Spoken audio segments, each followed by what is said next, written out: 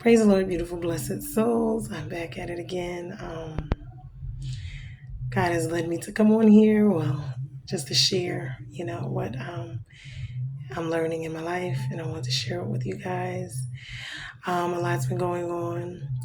One, there's hurricanes, tornadoes, or something headed, and hoping and praying for the families. One, that they are able to get somewhere to be safe.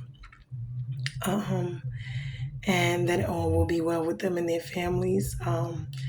Even if, hoping not to lose property, but if they do, it would be better than losing their lives. So we always pray for that.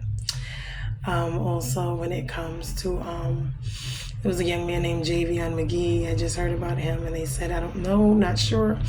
Got to do a little bit more research about it, but they were talking about him hanging himself. Not sure if he hung himself, but he was found on a tree last week, I think it was, or the week before. And they're not sure if he was hung or if he hung himself. So my condolences go out to their families. I also lost a loved one yesterday. So my prayers and go out to my family as well.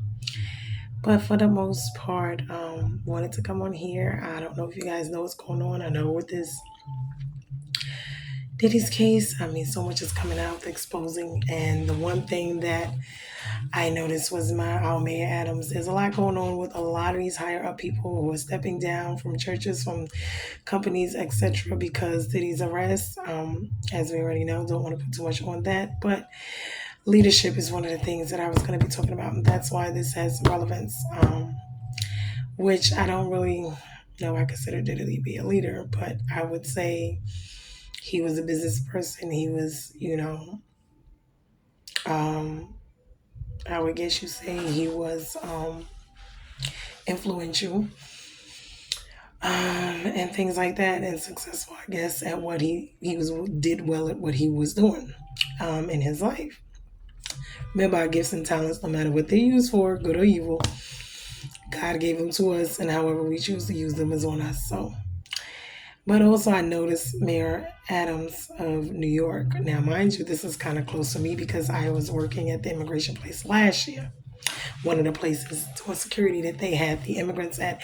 And there was a lot going on then because the news was out there every day. They were protesting. There was just a lot going on. Even for us to come in and out of work every day was really, really hard for us because there was just so much going on.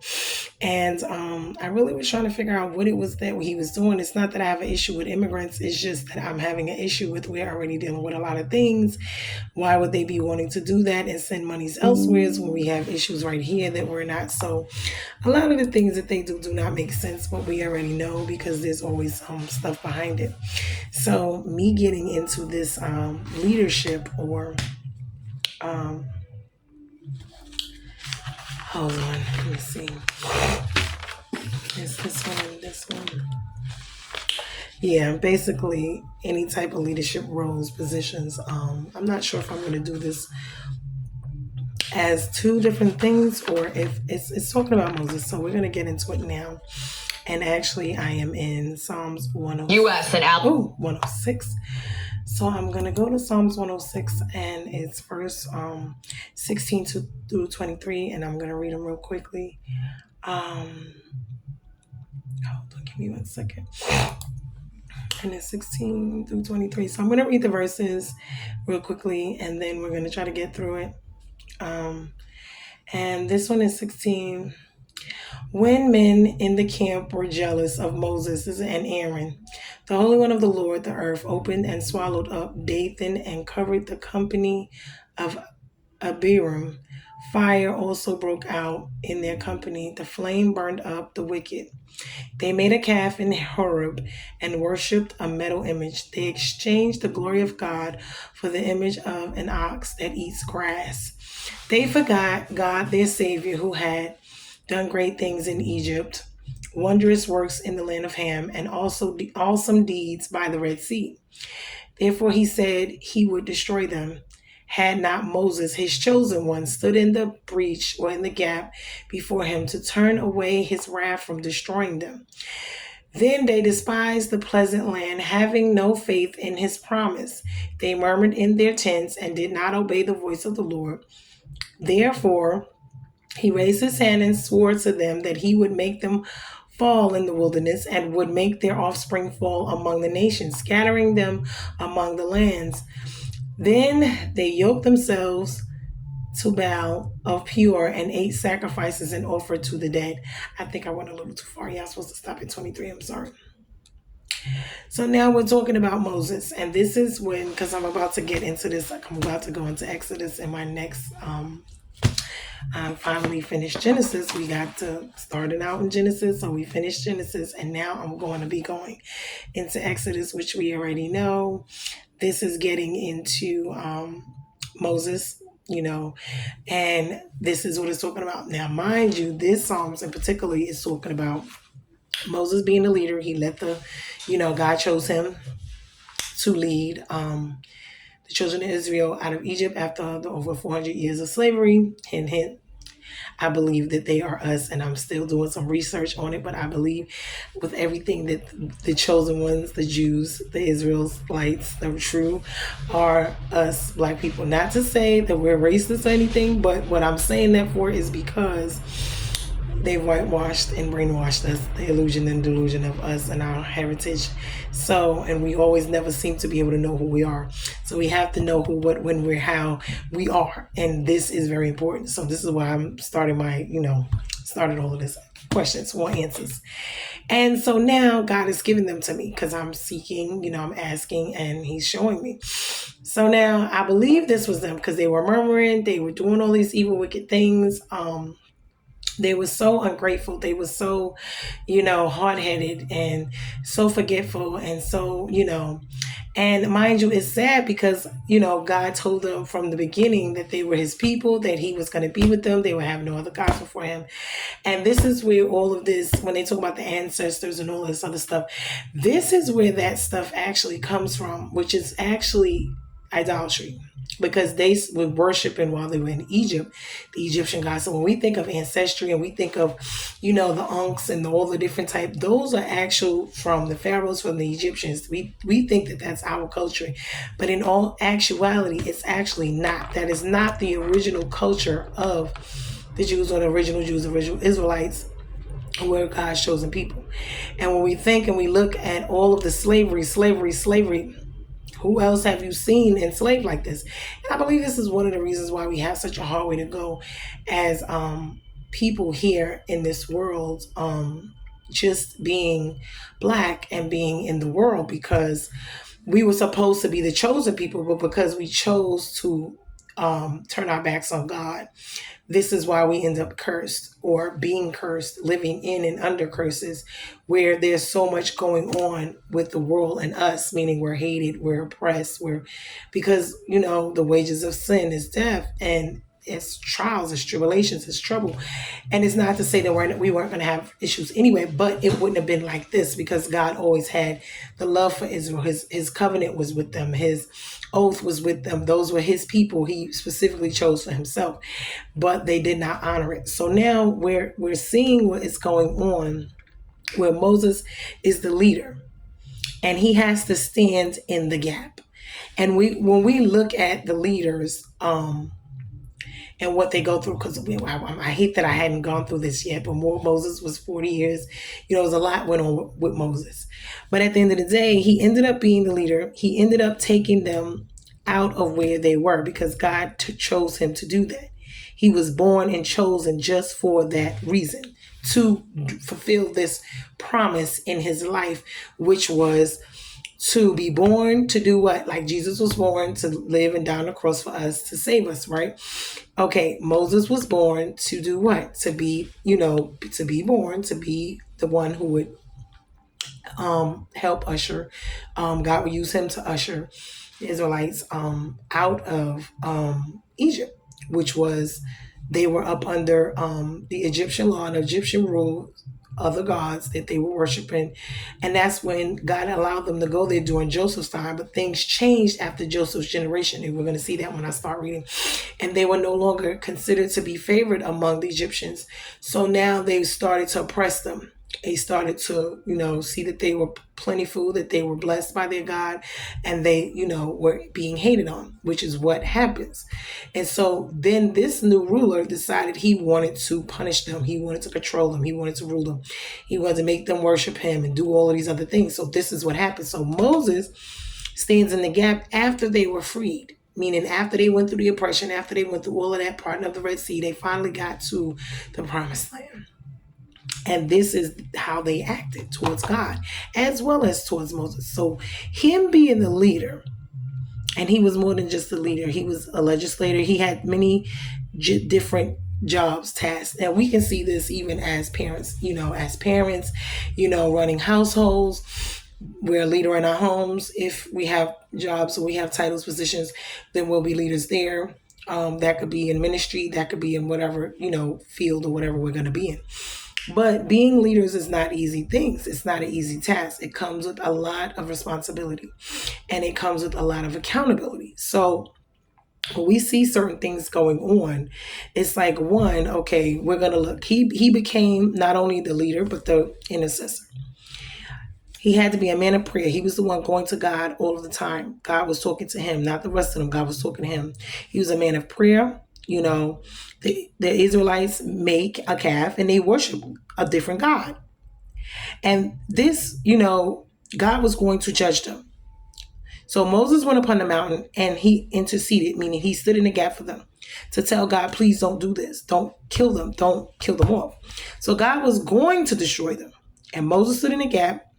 He was the chosen and asked him for mercy for them. So God didn't destroy them. He didn't destroy them, but he did do other things, which we're going to run that down. So they had been delivered from Egypt, like I said.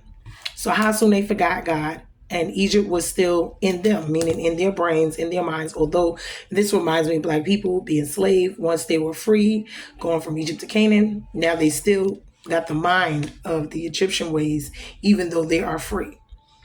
So what he did and what he said, and what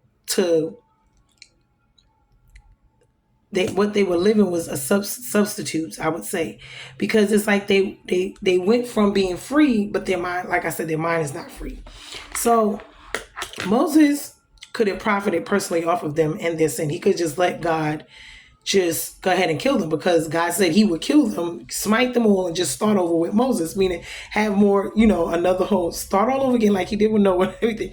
And Moses really said no. So he could have profited off of this whole situation, but he chose not to. So personally, so he said, he told God, listen, let's just not do this. You have a covenant with us, with these people, with the nation, with Abraham, because they was like, and they kept on saying that they were Abraham, they were children of Abraham. He was like, if you are children of Abraham, I had a covenant with Abraham, but I could still smite you guys and I could just still move on. And no longer the people of Abram, but the people of Moses. So now that these are people of Moses, because Moses is the one, working, with God. And Moses said, no, Lord, these are your people. You love your people. Don't judge them. And God judged the sin, but he did not destroy the nation. He still loved his people. But the people did not love Moses for what he did or God. And they began to criticize him. So thank God, the ultimate intercessor, who is Jesus, but thank God for Moses, because Moses, whoever lives to make and intercedes for us daily, he is like the Father in the love of us. And he and the Father, they both love us. And so when we look at this, I even look at us and our own people. They're guiding, they're building our lives daily. People intercede. Most importantly, we need people to intercede for us, ministries, other things, meaning prayer. Stand in the gap to help, to assist, to aid, to support, And when we think about Jesus, he was the ultimate intercessor. He was the ultimate one to stand in the gap for us. But when we think about all the other people in the Bible, they also had to take that leadership position. But a lot of people take these positions and they get the power and the fame, as we can see, and they use it for their own gain. And this is what God is trying. He's tired of, and he's trying to see whom he can trust, with not only blessings, but wealth, but power and all these things. Because when he does appoint people, when he does put them in power, let's say, are they going to do what all the rest of them did? Because if that's the case, he could just leave the situation the way it is. And then also, it is the people themselves, the appreciation, even of him and of the people he put before them. Because a lot of times people want help and they want assistance, but they meet, use, abuse, mishandle, mistreat the same people that God sent to them to assist them. And this is what causes a lot of issues as well in their own lives. Because see, when God sends someone to help you and you tear them down, or you mess with them and you mess over them, that in turn, it's like you mishandling God, because you mishandle the people he sent to actually help you. Because you can cry out, oh, I need help. Oh, I need this. Oh, I need a husband. Oh, I need money. Oh, I need this. Oh, I need that. And then God will send you the person that would do it. But see, you and your whatever, your blind mind, your slave bound mind, you're still tied to the same old ways, although God has delivered you out of that situation, your mind is still there. So you still mishandle these people like you did the other people that treated you wrong. And half of the time, usually you treat those people worse than you did the people who actually did nothing for you. Those are the ones that you worship. You see, Egypt, they were worshiping Egypt. Those are the worst places those are the places that did them the worst. Those are the people that did them the worst. But it seemed like they loved them the more. They turned their backs on God. They turned their back on Moses. Everything he did, everything he said, it was wrong. They didn't like it. They complained and, about and criticized everything he did. And that would make a person, in all actuality, not even want to help you, not even want to be bothered. So I feel like it's the leaders, but I feel like it's also the people. Because it's hard to lead people or to help people, assist people who, one, do not respect you, who, one, do not want to care, appreciate, or are not thankful, or are not willing to work with you to make changes and make things better. It is hard to do that.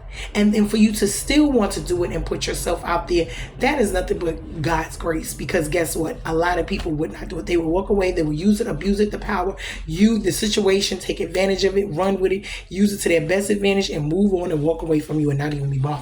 So we have to be careful, and we have to sit back, and we have to look, and we have to examine ourselves, our attitudes, towards people, towards leaders, towards a lot of things, because it's easy to criticize when you're not in those situations, when you're not in that position to lead, whether it's a parent, whether it's at a job, whether it's at, building businesses, whatever it is that you happen to be having going on. It's easy to criticize when you're not the one having to hold and sit in that position.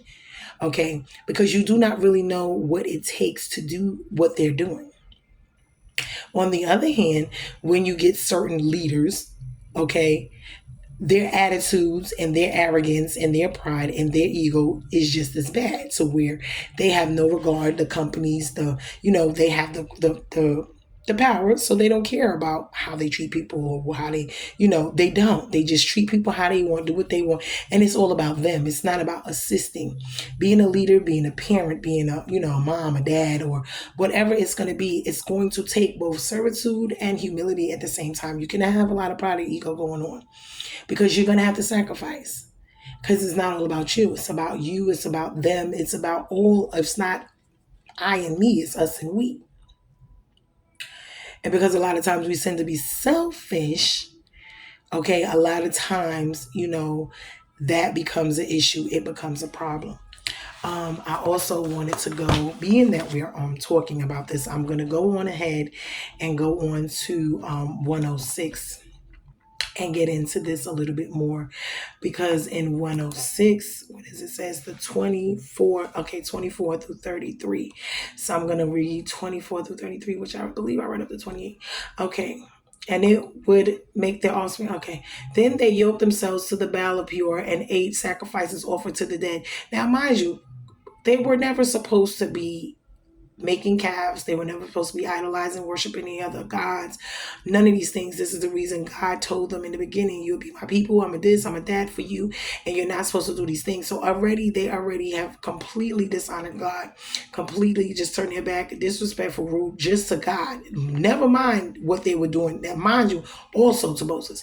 So then Phinehas stood up and intervened, and the plague was stayed. And they provoked the Lord to anger with deeds, and a plague broke out among them, right? And Then Phineas stood up and intervened, and the plague was stayed, and that was counted to him as righteousness from generation to generation forever. They angered him at the waters of Meribah, and it went ill with Moses on their account, for they made his spirit bitter, and he spoke rashly with his lips. They did not destroy the peoples as the Lord commanded them, but they mixed with the nations and learned to do as they did. They were not supposed to do that.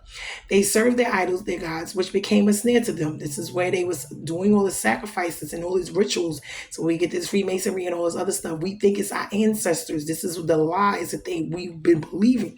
When they talk about the ancestors in Africa, no, that is not what that was. This was what this was. This was this Egyptian, worship. That came from them. This was not a part of the original Jewish people's culture.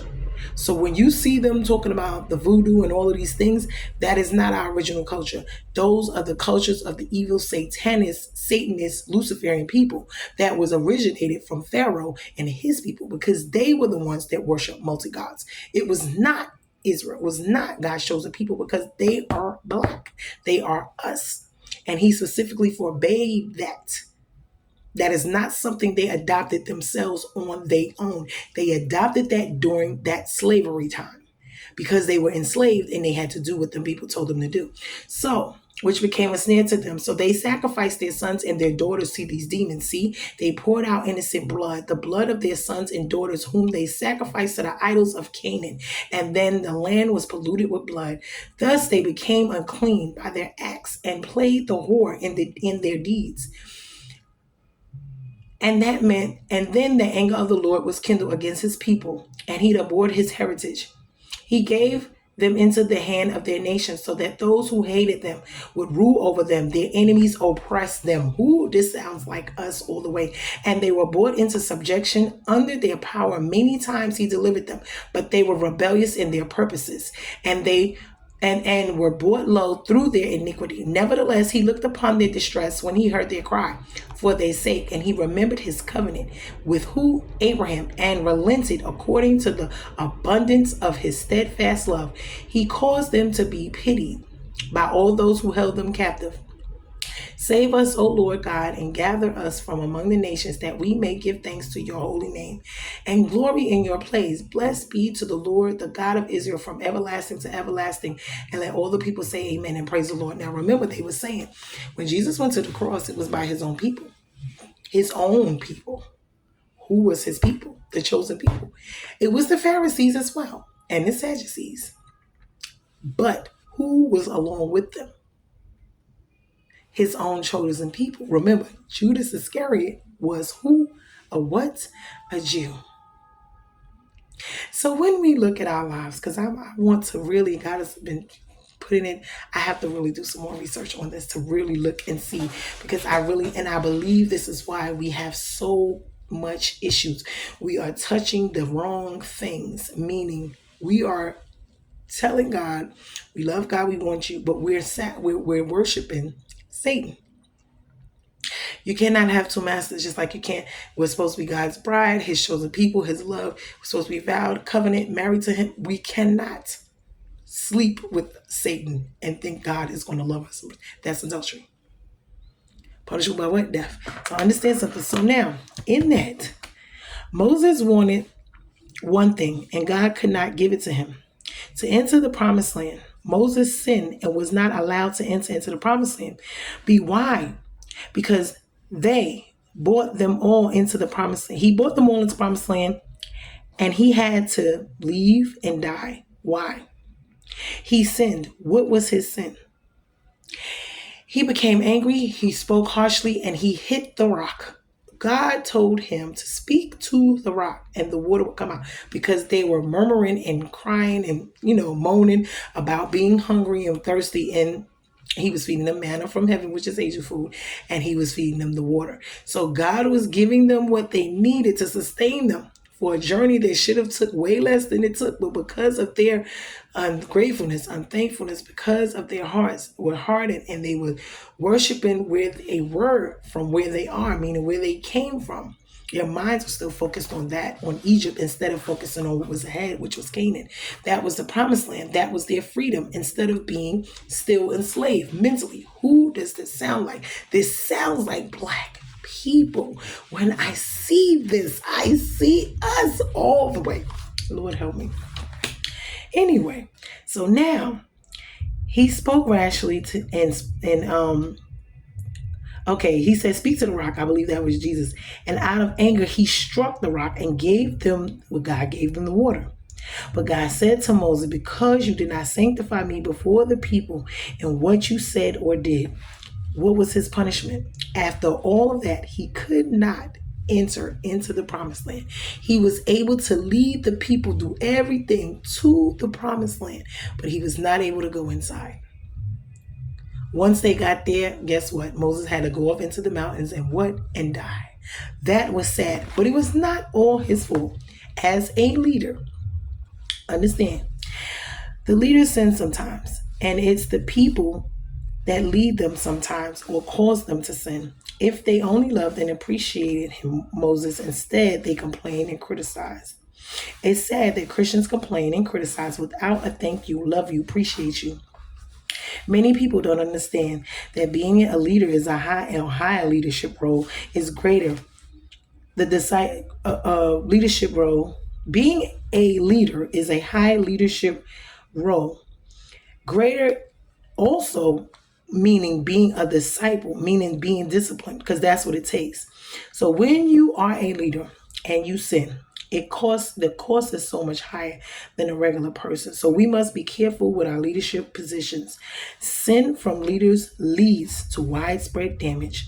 Leaders have great responsibility.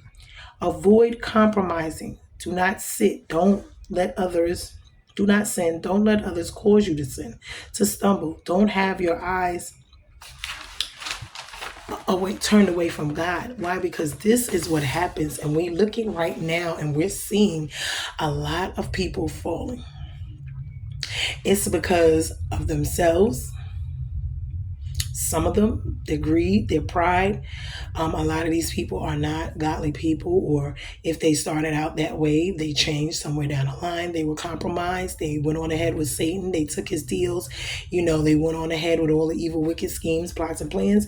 And we think that we're going to just get away and nobody sees. And eventually what goes on in the dark always comes to the light. Okay? And the truth eventually comes out. So when we look at these things, we must understand the consequences of our actions. But then in this case, in this situation, to be honest with you, Moses didn't do, he got, yes, his anger, but anger is very important to God as well. We got to keep our composure. We can be angry is what he said, but we cannot sin. So what he did was considered to be a sin, and that is why he was not able to go into the promised land. But it is just so sad that, on both ends, it could have went so many other different ways. And when we look at our own lives and our own situations, whether we're leaders or, in some situations we are, if we're parents, we're leading our children, if we're in high positions, businesses, whatever, okay, fine. But then we're both. We're going to be leaders, and then we're going to be both on the other side. So we have to really be careful and pay attention to what is going on. Now, mind you, a side note, I had a situation where my job, messed up my finances or whatever. They didn't pay me. And, they made it seem like it was my fault. Now, I was cool about it. It's like I was upset, but I was like, I am awake. But when they continued to just kind of throw me off, and I was just like, nah, this is not. So then that's when I had to kind of really get firm with them and just let them know, listen, this is not acceptable, and I'm not about to, do this. And, educated, nice, but the nasty kind of let you know, I'm not about to play with you. And so, and it happens. But, I could see if I didn't give them the chance to rectify the situation. But because I gave you time to rectify it, and it seems like you just don't care, you're just taking my time, my effort, my money, for granted. And that's not fair to me. So it is, we do have to be mindful. on both ends of the spectrum, when you are a leader in leadership positions and when you're just a regular person, because we have to understand on both ends that we're human beings. We have to understand on both ends that we deserve respect, we deserve to be treated well, and these type of things. We don't want to be oppressed and injustice over us. We don't want to be, have judgments over us that's, not fair, or discriminations or whatever it is. We don't want people to just be doing things to us because they can and they will and they have the upper hand and they can get away with it. That's not fair, because that's not, that's not, I would say, your character, your, morals, your values. You know what I'm saying? It's not the godly way to handle the situation. I tell people all the time, just because you can don't mean you should. Just because you should don't mean you would. And vice versa. So you got to be very careful. So when I look at this and I see what is going on and the responsibility of when people fall, and depending on who all is after them or following them, the damage, the fallout behind it is so great. It really is. It is really devastating. And I'm not necessarily talking about these entertainers necessarily, because I don't put that really on them per se. But when I look at the pastors and the leaders and the other people, I put that on them because the position, then the role that they're playing. As an entertainer, you don't really owe anyone anything, because you're not considered to be our quote unquote, say, a role model, to be honest with you. Actors and all these people, they're not role models. They want to sit here and give us all this, God, advice, or they call it godly advice. They don't serve the God we serve anyway. But all this wonderful advice that is not, it's not, because it's just not. But when I sit here and I say to myself, well, you do not get godly counsel from the ungodly. And so it's like, we can't go by what they say and what they do, because on the outside they're showing us one thing, but we know that they have other stuff going on behind the scenes. It's more to them becoming famous than what they're portraying, hard work and success and all of this. No, because if that was the case, there's a lot of people that act, sing, and do a lot of things better than they do, but they don't have those accolades. So there's something missing here that you are not saying. You didn't tell us how you, right. There's other things like we're seeing coming out that y'all were doing that allowed y'all to be in these situations to be the successful person. So don't just make it to me think, oh, if I go out here and I work hard and pay all my bills, keep my credit good, then I'm going to be famous, so I'm going to be this. Not to say that it can't happen, but that's 1 in a million probably. We're talking about maybe 1% of the population that might do that.